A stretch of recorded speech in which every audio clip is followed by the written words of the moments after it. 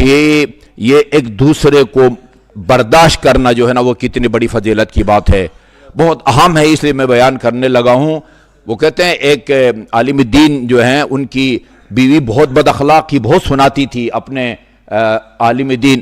وہ عالم دین جو ہے دوسروں کے عالم دین ہوتا ہے، وہ بہت جو ہے نا ان کی شان میں گستاخی کرتی رہتی تھی۔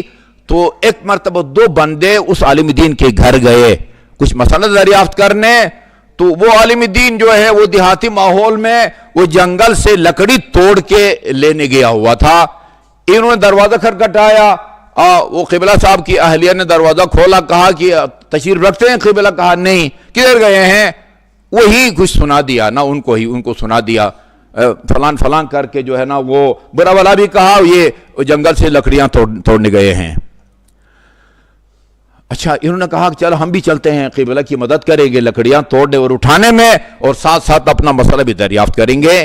یہ جا رہے تھے تو وہ سامنے سے قبلہ صاحب لکڑیوں کی جو ہے نا وہ گٹھڑی لے کے آ رہے تھے۔ انہوں نے وہ ایک شیر پر وہ سوار تھے، لکڑیوں کی گٹھڑی بھی آگے پیچھے تھی، اور جہاں سواری جب رک جائے نہ چلے تو اس کو مارنے کے لیے ہاتھ میں کوئی چابک یا وہ تازیانہ سا رکھا جاتا یا ڈنڈا، اس کی جگہ ایک سانپ کو ہاتھ میں پکڑا ہوا تھا، سر سے پکڑا ہوا تھا، تاکہ بوقت ضرورت سانپ کے ذریعے جو ہے نا شیر کو ماریں۔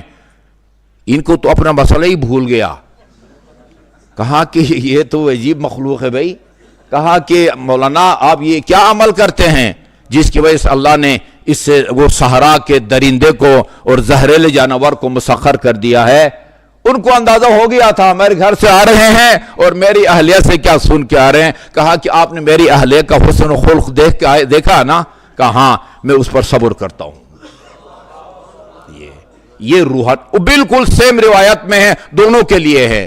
اگر خاتون شوہر کی بد اخلاقی پر صبر کرے اس کا بھی خدا کی بارگاہ میں اتنا مقام بلند ہوتا ہے، اور اگر مرد خاتون کی بد اخلاقی پر تحمل اور تعاون کے بغیر اگر یہ ایک دوسرے کے حقوق پر ڈٹ جائیں نا، اڑ جائیں، وہ کہے کہ میں نے کھانا بھی نہیں پکانا، جھاڑو بھی نہیں دینا، گلاس پانی کا بھی پلانا میرا فرض نہیں ہے، پھر مرد آگے سے یہ رد عمل دکھائے پھر میرے اجازت کے بغیر گھر کے باہر قدم بھی نہیں رکھ سکتی، یہ اس کو حق پہنچتا ہے نا۔